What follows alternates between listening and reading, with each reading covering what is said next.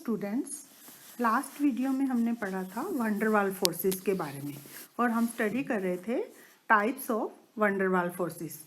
इसी कड़ी में आज हम पढ़ते हैं फोर्थ जो उसकी टाइप्स थी। 3 हम पढ़ चुके थे लास्ट वीडियो में। आज हम पढ़ रहे हैं फोर्थ। इसको बोलते हैं तात्क्षणिक Van der Waals forces, instantaneous dipole induced dipole interaction. ये जो इंटरेक्शन है अध्रुवीय अणुओं में उपस्थित होते हैं। इन फोर्सेस को हम लंदन फोर्सेस भी कहते हैं। अध्रुवीय अणु फॉर एग्जांपल जैसे आर्गन है, तो दूसरे आर्गन परमाणु के संपर्क में आएगा तो उनके मध्य जो फोर्स लग रहा है उसी को हम क्या कहते हैं, इंस्टेंटेनियस। इसी तरह क्लोरीन का अणु है, दूसरे क्लोरीन अणु, ये भी अध्रुवीय अणु है, तो इसके संपर्क में आता है तो इनके मध्य जो इंटरेक्शन है वो क्या कहलाता है, इंस्टेंटेनियस वंडरवाल फोर्सेस। इन फोर्सेस को हम लंदन फोर्सेस भी कहते हैं। ये जो फोर्सेस हैं, इलेक्ट्रॉन जो उसमें प्रेजेंट हैं अध्रुवीय अणु में, इलेक्ट्रॉन जो है उनका क्या हो जाता है, इम्बैलेंस ऑफ इलेक्ट्रॉन डिस्ट्रीब्यूशन हो जाता है। अर्थात जो इलेक्ट्रॉन्स हैं उनके मध्य में कुछ क्षण के लिए इम्बैलेंस हो जाता है, असंतुलन हो जाता है। तो उस इलेक्ट्रॉन के असंतुलन से क्या हो जाता है, जो अध्रुवीय अणु है उसमें वो डाइपोल की तरह बिहेव करता है। तात्क्षणिक डाइपोल उसको बोलते हैं, इंस्टेंटेनियस डाइपोल। और ये क्या करता है, अध्रुवीय अणु है जो, जिसमें क्या हो गया, कुछ क्षण के लिए डाइपोल इंड्यूस्ड हो गया। जब वो दूसरे अध्रुवीय अणु के संपर्क में आएगा तो उसको क्या कर देगा, उसमें द्विध्रुव प्रेरित कर देगा, डाइपोल जो है इंड्यूस कर देगा। तो ऐसे जो फोर्सेस हैं वो क्या कहलाएंगे, इंस्टेंटेनियस डाइपोल जो है। इंस्टेंटेनियस जो डाइपोल हैं वो किसका रिजल्ट होते हैं, इलेक्ट्रॉन्स की मूवमेंट जो है। तो इसमें जो इलेक्ट्रॉन्स की मूवमेंट है वो क्या हो जाती है, इलेक्ट्रॉन रिपल्शन जो है वो कम हो जाता है।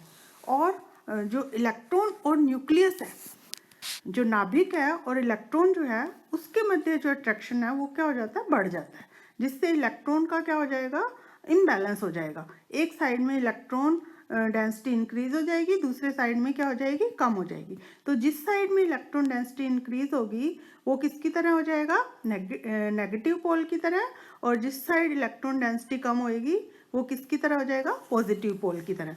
तो जब ये इंस्टेंटेनियस डाइपोल जो है दूसरे अध्रुवीय अणु के संपर्क में आएगा तो उसमें भी क्या कर देगा, ये डाइपोल को इंड्यूस कर देगा।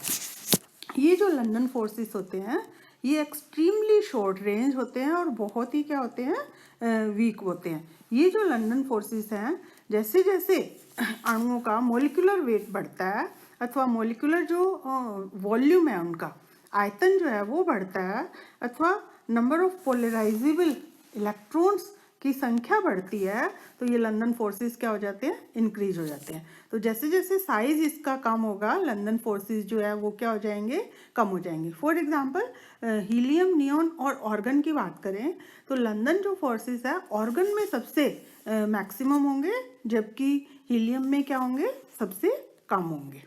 तो ये जो लंदन फोर्सेस हैं उनकी एनर्जी को -2 म्यू बार अल्फा R6 से रिप्रेजेंट करते हैं, जहाँ पर म्यू बार क्या है, mean instantaneous dipole.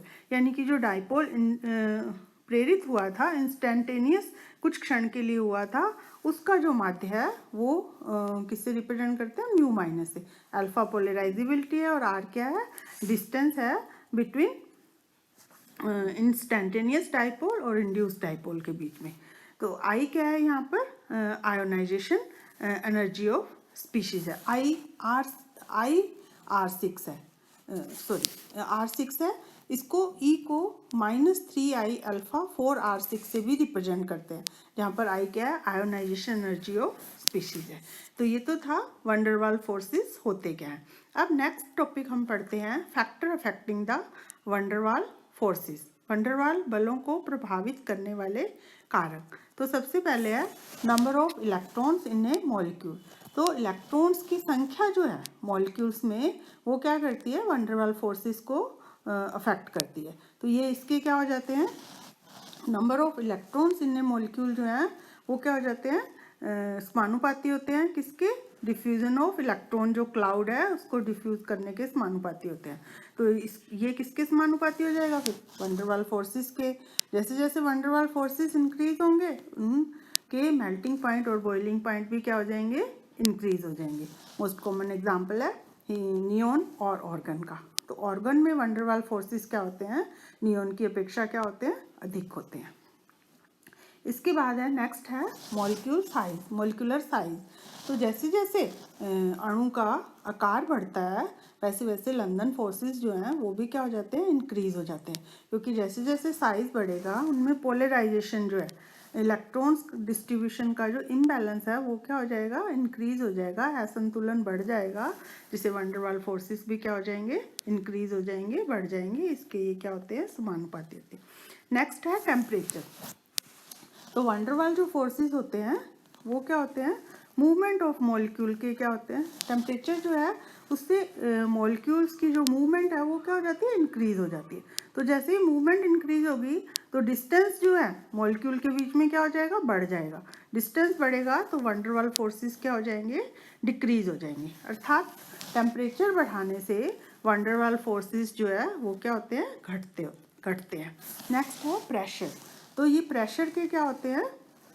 Van der Waals forces समानुपाती होते हैं। अर्थात जैसे जैसे हम प्रेशर बढ़ाते हैं तो जो अणु हैं वो पास पास आने लगते हैं, अर्थात उनके बीच में जो इंटरेक्शन है वंडरवाल फोर्सेस के कारण वो क्या हो जाता है? बढ़ जाता है। अर्थात प्रेशर के क्या हो जाते हैं? समानुपाती होते हैं। नेक्स्ट है डाइपोल मोमेंट। तो डाइपोल मोमेंट के भी वंडरवाल फोर्सेस क्या होते हैं? समानुपाती होते हैं। जैसे जैसे जो ध्रुवीय अणु है उसमें उसके द्विध्रुव आघूर्ण का मान बढ़ता है। तो द्विध्रुव आघूर्ण का मान बढ़ने से क्या हो जाएगा? उनके मध्य वंडरवाल फोर्सेस भी क्या हो जाएंगे? इंक्रीज हो जाएंगे। नेक्स्ट टॉपिक है application of van der Waals forces. Van der Waals जो फोर्सेस हैं उनके उपयोग क्या है? तो ये जो वंडरवाल फोर्सेस हैं, these forces are responsible for condensation and crystallisation of noble gases and halogens.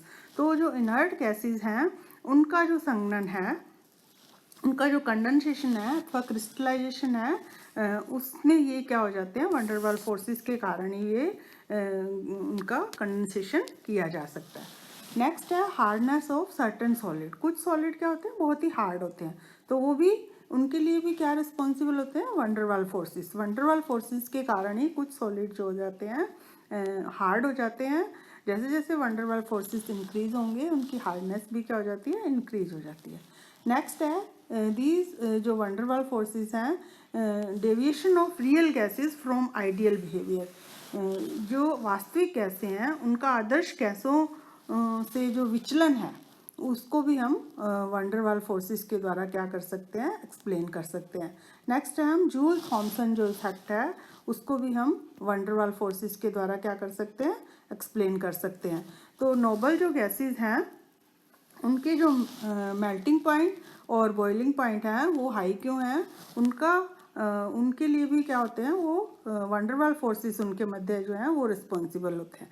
जैसे जैसे वंडरवाल फोर्सेस इंक्रीज होंगे उनके मेल्टिंग पॉइंट और बॉइलिंग पॉइंट भी क्या हो जाएंगे? इंक्रीज हो जाएंगे। तो ये तो था वंडरवाल फोर्सेस के बारे में। Thank you.